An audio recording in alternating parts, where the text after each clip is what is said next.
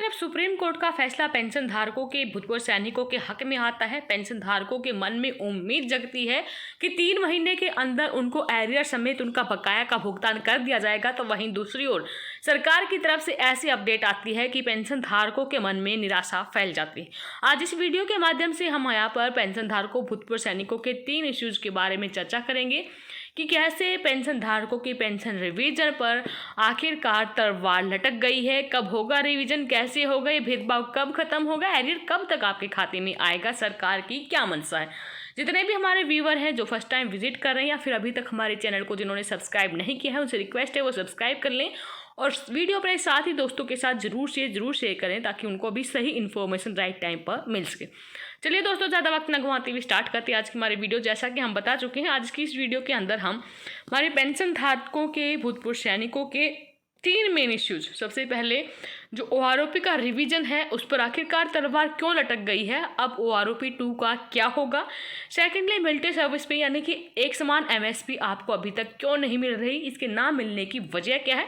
और तीसरा, CIT के ऊपर भेदभाव पर क्यों नहीं फैसला आ रहा है।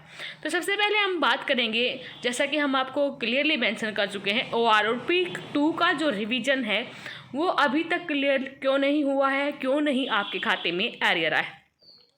तो आखिरकार OROP रिवीजन पर फिर से असमंजस क्यों हो गया है। OROP को लेकर लेटेस्ट अपडेट है कि जनरल सतवीर सिंह जी ने 13 अप्रैल 2022 को सुप्रीम कोर्ट में रिव्यू पिटीशन दाखिल कर दी है एक्चुअल OROP ग्रांट के संदर्भ में, क्योंकि सुप्रीम कोर्ट का जजमेंट आने के 30 दिन के अंदर रिव्यू पिटीशन दाखिल करनी होती है।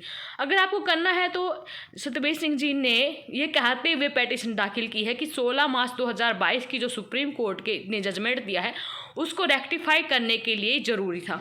उनके रिव्यू पिटीशन दाखिल करने के बाद कुछ प्रतिक्रियाएं आई हैं, मतलब कमेंट्स दिए हैं। एक यूजर्स यहाँ पर लिखते हैं कि सतबीर सिंह जी ने एक्स सर्विसमैन समुदाय को ठगा है। अगर वो सुप्रीम कोर्ट के जजमेंट से सेटिस्फाइड नहीं थे तो खुद ही याचिका डालनी चाहिए थी।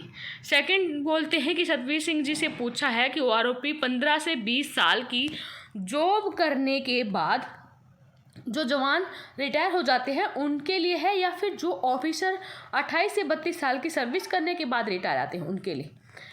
यहाँ पर वो लिखते हैं कि OROP इम्प्लीमेंट होने के बाद सिपाही की बेसिक पेंशन में 13% की बढ़ोतरी देखने को मिली, नायक की 8%, हवलदार को 6.23% की बढ़ोतरी, लेफ्टिनेंट कर्नल को 27%, कर्नल को 30%, ब्रिगेडियर की बेसिक में 32% बढ़ोतरी देखने को मिली और मेजर जनरल को 30% का इजाफा हुआ। तो बताने की कृपया करें आखिरकार कौन ज़्यादा लाभान्वित होगा, ये OROP आखिरकार है किसके लिए, जवानों के लिए है या फिर ऑफिसर के लिए। एक तीसरे यूजर लिखते हैं कि जनरल सतबीर जी को कहा गया था कि आप रिव्यू पिटीशन दाखिल ना करें, लेकिन आपने रिव्यू पिटीशन दाखिल की। इसका मतलब साफ है कि आप सरकार के साथ मिले हुए हैं, इसलिए आप नहीं चाहते कि एक्स सर्विसमैन को कुछ बेनिफिट हो। आप और सरकार नहीं चाहते कि एक्स सर्विसमैन को कुछ दिया जाए। कर्नल साहब जी लिखते हैं कि उन्होंने कहा कि अगर जीते जी हमें 10 रुपये मिल जाते हैं तो वो उन हज़ारों रुपये से बेहतर हैं जो कि हम मरने के बाद हमें मिलेंगे, मतलब जो हमारे मृत्यु के बाद हमें प्रोवाइड किए जाएंगे उनसे बेहतर होंगे। ये OROP आखिर है किसके लिए, एक सर्विसमैन को कुछ दिया जाएगा या फिर नहीं, सरकार क्या चाहती है, आप क्या चाहते हैं। आगे यहाँ पर एक और यूजर लिखते हैं कर्नल SS मेहताल जी कि जो अभी हमें OROP का रिवीजन के बाद जो पैसा दिया जाना चाहिए था जल्द से जल्द उनको यहाँ पर दिया जाना चाहिए। A penny in hand is better than a pound after death, ये सेंटेंस उन्होंने यहाँ पर मेंशन किया है। इसका मतलब सुप्रीम कोर्ट का जो जजमेंट आया है उसके बाद रिवीजन होता है और कुछ मिलता है तो अच्छा है, इससे कि हम इंतज़ार करते रहें और ये डिसीजन आने से पहले ही हम ये दुनिया छोड़कर चले जाएं। अनदर यूजर लिखते हैं कि SC के जजमेंट में रिव्यू पिटीशन दाखिल की गई है वो एक सर्विसमैन को मिलने वाले बेनिफिट को डिले कर देगी। ब्रिगेडियर AK साहब जी लिखते हैं कि स्टेटमेंट सुनने से पहले हम आपको याद दिला दें कि जब 2014 में माननीय PM नरेंद्र मोदी पहली बार पार्लियामेंट में गए थे, उन्होंने माथा टेक कर उनको मंदिर की तरह माना और बाद में अंदर हुए। तो आज के दिन पार्लियामेंट की कथनी और करनी में क्या अंतर है, वो देखने वाली बात है।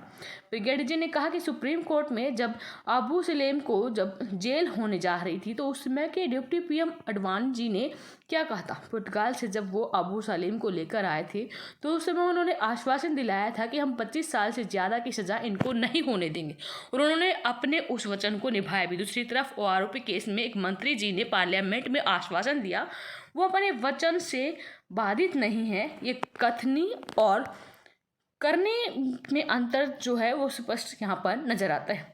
आगे मोनिका वर्मा जी ने अपनी प्रतिक्रिया दी है। उन्होंने कहा कि अयूब राना के केस में 24 घंटे में सुनवाई हो जाती है। हाल में आपने देखा होगा कि जो क्रिमिनल्स केस हैं, जो रोड के ऊपर अवैध इंक्रीमेंट्स करने का अपना बिजनेस चला रहे थे, उनके लिए 24 घंटे के अंदर सुप्रीम कोर्ट खुल जाती है। और इतना ही नहीं, आतंकवादियों की मर्सी पेटिशनर्स के लिए भी 24 घंटे के अंदर एससी में हियरिंग हो जाती, जबकि हमारे हज़ारों की तादाद में बेचारे छिंज कैदी जेलों में मरे लेकिन उनकी सुनवाई नहीं होती। जानते हैं हमारी सुनवाई क्यों नहीं होती? क्योंकि हम एक नहीं हैं, हमारे अंदर यूनिटी नहीं है, हमारे अंदर कहीं ना कहीं एकता की कमी है। ऐसा क्यों है? आप सब जानते हैं कि दिल्ली एचसी के अंदर एक समान मिलिट्री सर्विस पे का केस चल रहा है, जिसकी सुनवाई 19 अप्रैल 2022 को होनी थी लेकिन नहीं हुई, और उसकी तारीख मिली आपको 5 महीने बाद सितंबर में। क्या किसी अधिकारी ने कहा कि जवानों को रिस्क अलाउंस मिलिट्री सर्विस पे के रूप में जो दिया जाता है वो एक साथ मिलना चाहिए? नहीं। अगर वो ऐसा करते और जवानों को एक समान रिस्क अलाउंस दिया जाता, वो जवानों के लिए केस लड़ते, और अगर आज वो एक कॉल करते तो जवान लाखों की तादाद में इकट्ठे होते। जंतर मंतर क्या, पूरी दिल्ली भी उनको नहीं रोक पाती। ऐसा होता तो रातों रात एससी भी खुलता और सुनवाई भी होती।